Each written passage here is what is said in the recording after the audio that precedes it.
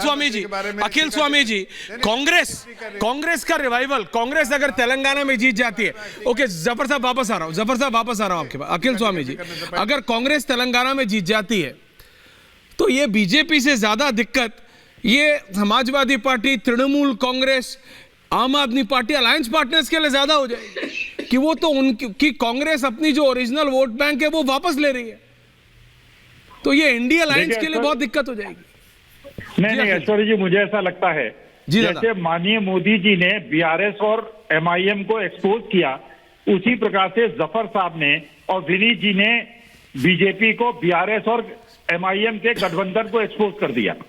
मोदी जी ने जब कहा कि बीआरएस प्रमुख मेरे पास आए थे और उन्होंने कहा था कि वो एनडीए में शामिल होना चाहते हैं, मेरी बेटी को बचाइए, इसका माने बीआरएस और ओवैसी साहब से उनके अंतर संबंध थे।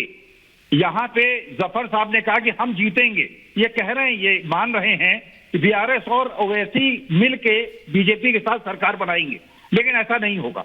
देखिए तेलंगाना के अंदर जिस प्रकार से कांग्रेस जो बिल्कुल वीक स्पॉट पे थी, तीसरे नंबर पे थी, माननीय मोदी जी की कृपा से जब उन्होंने कहा कि वो बीआरएस, जो कि कहा विनीत जी ने कि उनकी बिटिया यहाँ मनीष सिसोदिया आम आदमी पार्टी वालों के साथ शराब मामले में निर्लिप्त थी, मनीष सिसोदिया को जेल भेज दिया, संजय सिंह को जेल भेज दिया, बीआरएस प्रमुख की बेटी को जेल नहीं भेजा।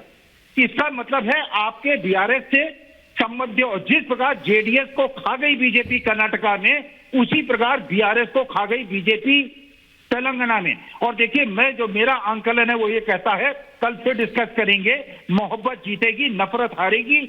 नफरत के वोट 10% कम हुए हैं, मोहब्बत के वोट राहुल गांधी की पदयात्रा और कुछ भी बोले, देखो कांग्रेस का पूरा जो इकोसिस्टम, पंकज शर्मा जी को भी लाइए भाई। मनोज जी देखिए, ये आपके जो एग्जिट पोल के बाद, नहीं अखिल स्वामी जी, मैं आपका एक्साइटमेंट समझ रहा हूँ, पंकज जी का ऊपर का कॉलर भी बड़ा हो गया है और बटन भी खुल गया है। देखिए Vineet, I will come to you. नहीं अखिल जी, और excitement I can understand, but Manoj ji आपके नंबर्स के बाद मैं आपको बहुत सीरियसली बता रहा हूँ, there is a sense within the Congress party, एक सेंस है कांग्रेस पार्टी के अंदर कि अगर तेलंगाना और छत्तीसगढ़ जीत गए तो बॉस ये रिवाइवल पाथ पे है। बीजेपी को क्या कहना है इसके बारे में जफर भाई, मैं आपसे पूछ रहा हूं, क्योंकि मैंने जब पूछा तो उस दिन सुधांशु जी ने बोला कि it is easier for us, हमारे लिए आसान है कांग्रेस को 1-on-1 फाइट में हराना, लेकिन कांग्रेस का रिवाइवल मतलब डायरेक्ट इंपैक्ट है ममता बनर्जी जैसी पार्टी इसके ऊपर। ममता बनर्जी का वोट शेयर कहां से आता है? ओरिजिनल कांग्रेस का वोट शेयर। अखिलेश यादव कहां से अपना वोट शेयर लेके गए? कांग्रेस का लेके गए। फर्स्ट डे से बोल रहा हूं कि कांग्रेस गेन नहीं कर रही है, बीजेपी गेन। आ रहा हूं जफर जी, आ रहा हूं। बीजेपी गेन कर रही है। यदि आप राजस्थान, पंकज जी को रखिए, राजस्थान इतने बड़े स्टेट को छोड़कर जहां पर हिंदू और मुस्लिम दोनों वोटर वहां की राज को डिसाइड करते हैं कि किसकी सरकार बनेगी, और आप तेलंगाना पे चल जा रहे हैं, तो आपका फोकस साफ हो जाएगा कि आपका वोटर कौन सा है। और वो कांग्रेस के लिए बहुत अच्छी बात नहीं है कि उन्होंने तेलंगाना ले लिया और राजस्थान को हार लिया और संतुष्टि के साथ ये बोले कि हमने एक राज तो बराबर से जीत लिया।